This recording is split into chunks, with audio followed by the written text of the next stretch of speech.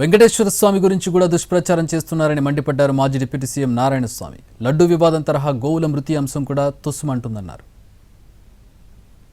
ఈ విధంగా ఆడిపోసుకుంటుంటే ప్రజలు ఏ విధంగా అనుకుంటారో లడ్డు విషయంలో ఆడిపోసుకున్నారు, అది తుస్సని అయిపోయింది. మళ్ళీ దీన్ని ఆడిపోసుకుంటున్నారు, ఇది తస్సని పోబోతుంది. కరుణాకర్ రెడ్డి వస్తాడు, అక్కడ ప్రెసిడెంట్ పెట్టమనండి, లేదా వాళ్ళ 1,00,000 మంది ఉండి మేము 4 ఇప్పుడు ఎందుకంటే లోకల్ ఎంపీ ఖచ్చితంగా రావాలా, ఎమ్మెల్సీ వస్తారు, ఆమె మంత్రి, నేను మంత్రిగా పనిచేసిన, మేము వస్తాం. ప్రతిదానికి జగన్మోహన్ రెడ్డి వేరే జపమే కనబడాల.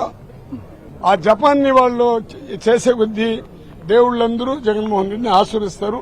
మళ్లీ గవర్నమెంట్ వస్తుంది, అప్పుడైనా భగవంతునికి యొక్క ప్రచారణ ఈ గందరగోళంతా పోగొట్టి ఒక పవిత్రమైన వాతావరణం ఏర్పాటు చేస్తాం.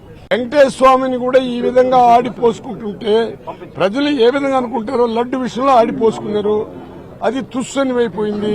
మళ్ళీ దీన్ని ఆడిపోసుకుంటున్నారు, ఇది తస్సని పోబోతుంది. కరుణాకర్ రెడ్డి వస్తాడు, అక్కడ ప్రెసిడెంట్ పెట్టమనండి, లేదా వాళ్ళ 1,00,000 మంది ఉండి మేము 4 ఇప్పుడు ఎందుకంటే లోకల్ ఎంపీ ఖచ్చితంగా రావాలా, ఎమ్మెల్సీ వస్తారు, ఆమె మంత్రి, నేను మంత్రిగా పనిచేసిన, మేము వస్తాం.